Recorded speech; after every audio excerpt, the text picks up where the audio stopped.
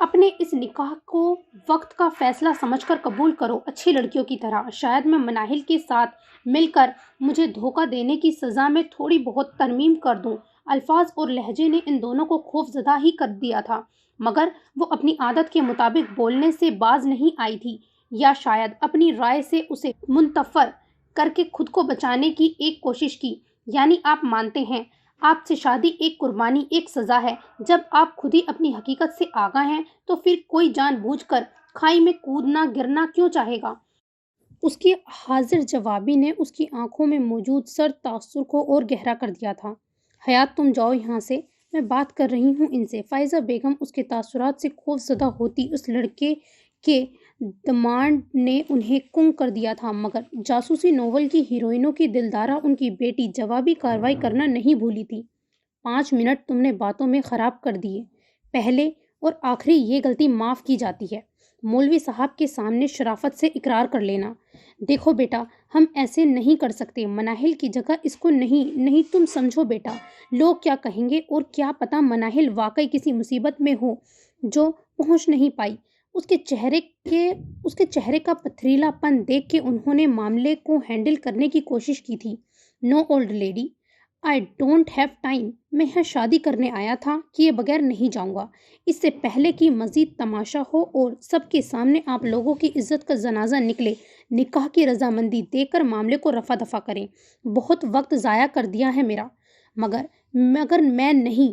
باقی کے الفاظ منہ میں ہی رہ گئے تھے اس کی آنکھوں کے خوف سے۔ پھٹنے کو تھی ان دونوں ماں بیٹیوں کے سوا اور کوئی موجود بھی نہیں تھا، سب باہر تھے، اور یہاں یہ پل ان دونوں کے لیے قیامت لے آیا تھا جب اس کی ماں کی کنپٹی پر گن رکھی گئی تھی۔ ماما نہیں، اس کی چینخ بے ساختہ تھی۔ چھوڑے میری ماما کو۔ اس نے اس کا ہاتھ ہٹانے کی کوشش کی تھی، خوف اس قدر تھا کہ وہ اپنی ماں کے سفید پڑتے چہرے کو بھی نہیں دیکھ پائی تھی۔ مجھے منظور ہے شادی، آپ میری ماما کو چھوڑیں۔ حیات چپ، اور جاؤ اپنے پاپا کو بلا کے لاؤ۔ اس کے اقرار نے جیسے اس کی ماں کو خواب سے جگایا تھا، شاید بیٹی کو قربان کرنے کی سوچ نے انہیں دہلا دیا تھا۔ میں تمہیں اس جیسے کم ظرف شخص کے حوالے بالکل نہیں کروں گی، تم جاؤ۔ انہوں نے دروازے کی طرف اشارہ کیا تھا، مگر وہ ٹس سے مس نہیں ہوئی تھی۔ کوئی اس کے سامنے نہیں ڈٹ نہیں پائے گا۔ شاید اسے یقین ہو گیا تھا کہ وہ بپھرا ہوا شیر ہے جسے ان کی کوئی بھی کوشش متاثر نہیں کر پائے گی۔ اپنے شوہر کو آپ کس طرح قائل کرتی ہیں؟ آئی ڈونٹ کیئر، مگر نو مور ٹائم۔ وہ اس کے فیصلے کو سمجھ گیا تھا اور لمبے لمبے ڈگ بھرتا نکلتا چلا گیا تھا۔ اور پھر کس طرح فرحان صدیقی صاحب کو راضی کیا گیا، کیسے نکاح ہوا، کون آیا کون گیا، کیا باتیں ہوئیں، اسے کچھ بھی خبر نہیں تھی۔ یہ پہلا حادثہ تھا جس نے اس کے حواسوں کو مکمل طور پہ گم کر دیا تھا۔ سب فیملی ممبرز تھے، رسوائی کا خوف نہیں تھا، مگر ایک بیٹی کے غائب ہونے اور دوسری کے قربان ہونے میں ان کے مکینوں کی کمر توڑ دی تھی۔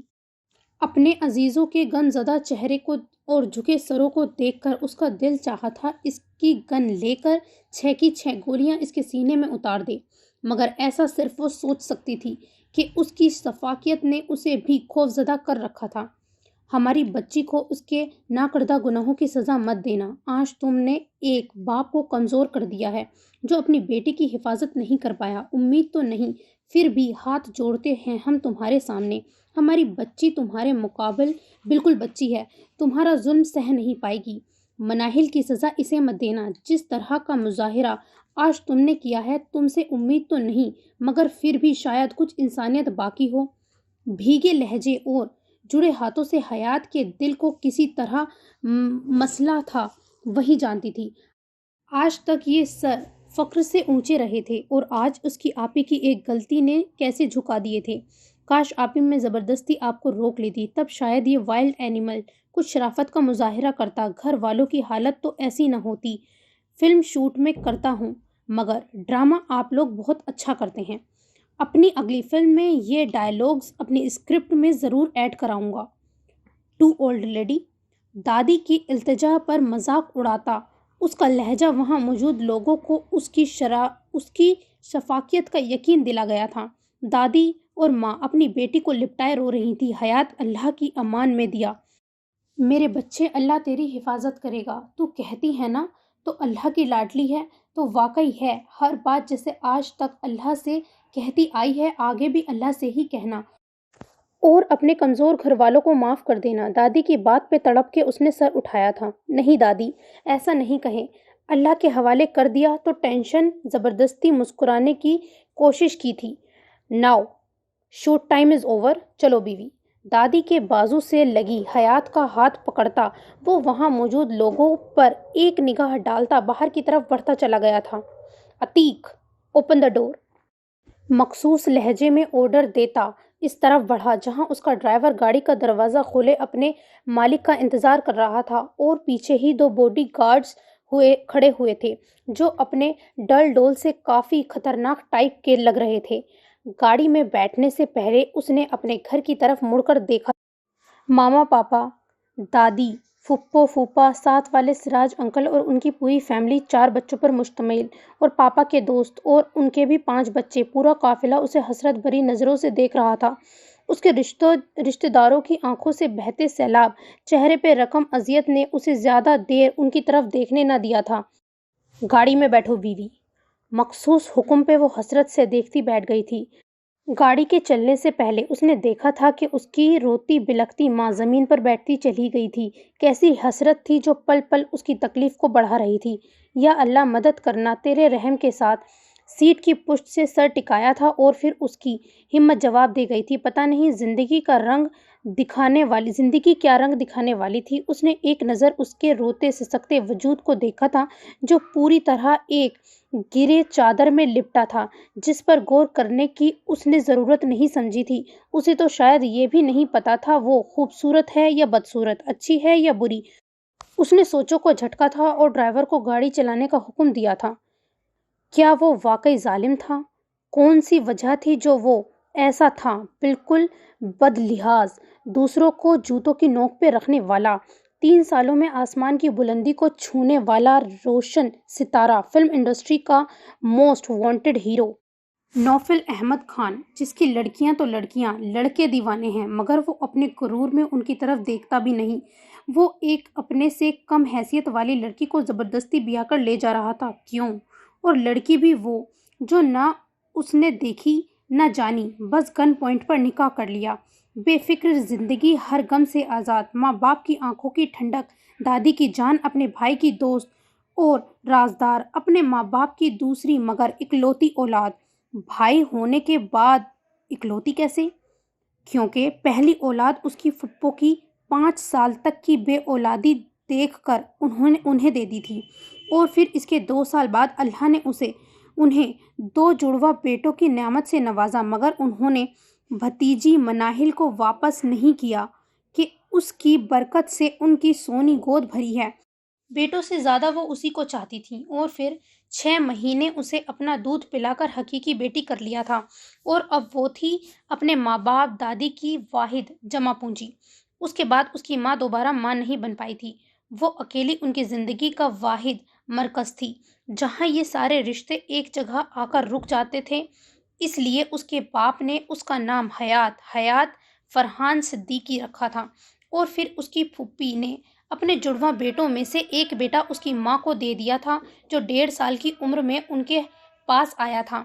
وہ اس سے 1 سال بڑا تھا، اور اس کے بعد وہ اس کا نہ صرف دودھ شریک بھائی بنا تھا بلکہ خون کا رشتہ بھی بن گیا تھا۔ جب بچپن میں ہی اس کے خون میں انفیکشن کی وجہ سے اس کا خون بدلوانا پڑا، جو کہ فرحان صدیقی کا شفاف خون تھا، اور اسے بھی وہی اہمیت حاصل تھی جو اس کی تھی، اور اس کا نام اس کی ماں نے اریج سے بدل کر احمد رکھا تھا۔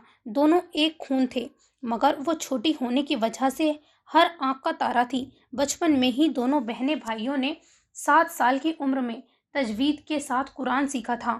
پھر دونوں اسی عمر سے اسکول گئے۔ ان کی ذہنیت کو دیکھتے ہوئے انہیں ان کی عمر کے مطابق کلاس میں لیا گیا۔ دونوں نے کبھی کوئی سہیلی یا دوست نہیں بنائے، دونوں میں خوب دوستی تھی۔ SSC کے ساتھ ہی حمدان کا قرآن حافظ بھی مکمل ہو گیا تھا۔ زندگی کچھ اور آگے سرکی تھی۔ دونوں بہن بھائیوں نے HSC کر لیا تھا۔ جب ہمدان انٹرنیشنل کالج میں انجینئرنگ کے لیے داخل ہو گیا تھا، جہاں سے گھر وہ صرف سالانہ چھٹیوں میں ہی آتا تھا، اور پھر انہیں حقیقت پتہ چلی تھی کہ مناہل اس کی حقیقی بہن ہے اور ہمدان اس کی پھپھو کا بیٹا، مگر اس نے ان دونوں کو خاص فرق نہیں پڑا تھا۔ ہاں، مگر اس کی اپنی کزن جو کہ بہن تھی، محبت کچھ اور بڑھ گئی تھی۔ 3-4 سالوں کے وقفے سے ان کا ملنا ہوتا تھا، کیونکہ اس کی پھپھو دبئی میں زیر قیام تھی، اور پھر پھوپھا کی وفات کے بعد وہ لوگ ہمیشہ کے لیے انڈیا آ گئے تھے اور ان کے بالکل ساتھ والا فلیٹ خرید لیا تھا۔ انڈیا آنے کی دوسری اور بہت خاص وجہ مناہل کے اس لڑکے سے شادی کی ضد تھی جسے ان کا گھرانہ قبول کرنے کو تیار نہیں تھا۔ اس سے اس کی ملاقات دبئی میں ہوئی تھی، مگر اس کی رہائش ممبئی میں تھی۔ دونوں بہنوں میں زمین آسمان کا فرق تھا۔ حیات جتنی چھپی ہوئی تھی، مناہل اتنی ہی کھلی ہوئی تھی، جس کا لباس مردوں سے مشابہت رکھتا تھا۔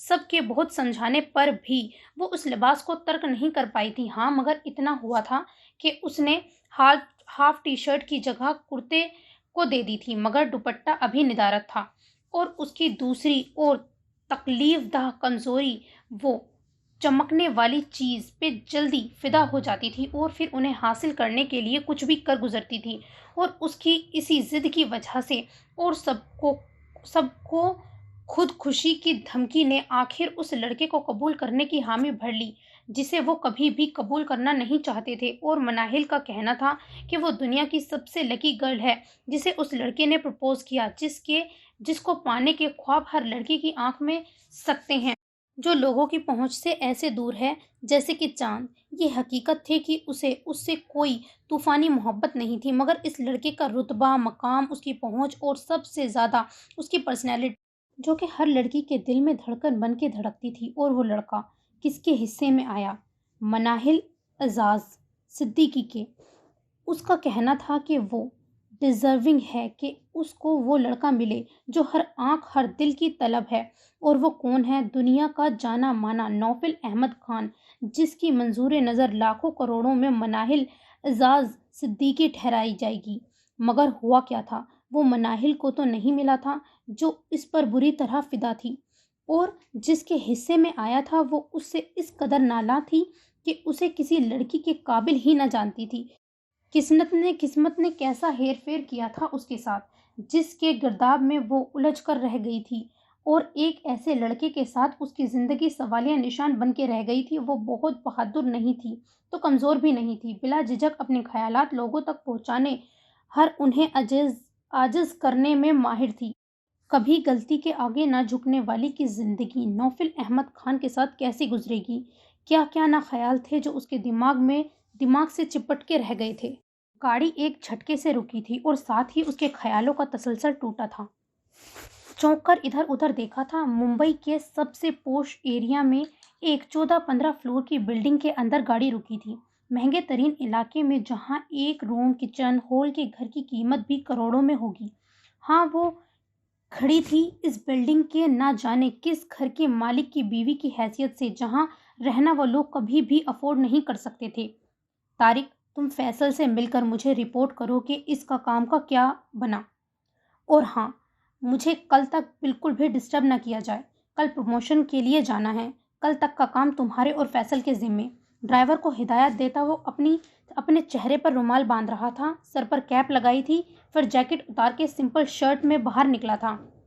بیوی، کیا تمہیں یہاں 21 توپوں کی سلامی کا انتظار کر رہی ہو جو تمہارا ویلکم کریں؟ وہ جو آنکھیں پھاڑے اس کی عجیب و غریب کارروائی دیکھ رہی تھی، بری طرح ٹھٹکی، دھیرے سے دروازہ کھول کے باہر آئی۔ ان دونوں کے اترتے ہی ڈرائیور اس کی ہدایت پر گاڑی بھگا لے گیا تھا۔ وہ بغیر کچھ کہے لفٹ کی طرف بڑھ گیا تھا، جس کی تقلید میں اس نے بھی کی تھی۔ لفٹ 14ویں فلور پر رکی تھی، یعنی بلڈنگ کا آخری فلور۔ پورے فلور پر بس ایک ہی بڑا سا دروازہ تھا۔ یا اللہ، پورے فلور پر انہی کا گھر ہے۔ اگر یہ مجھے ٹارچر کریں گے تو کوئی ہیلپ کے لیے بھی نہیں آئے گا۔ یا اللہ، کہاں پھنس گئی؟ اپنے ہی خیالوں میں گم اسے خبر ہی نہ ہوئی تھی کہ 2 آنکھیں بڑی غور سے اسے دیکھ رہی ہیں۔ تو پھر کیا سوچا؟ کیا بنا سکتی ہو یہاں؟ اس کے پورے فلور پر نظر دوڑانے پر وہ چونکی تھی۔ اس نے بھویں اچکا کر اس کی طرف دیکھا تھا جو گھر کے اندر بھی داخل ہو گیا تھا۔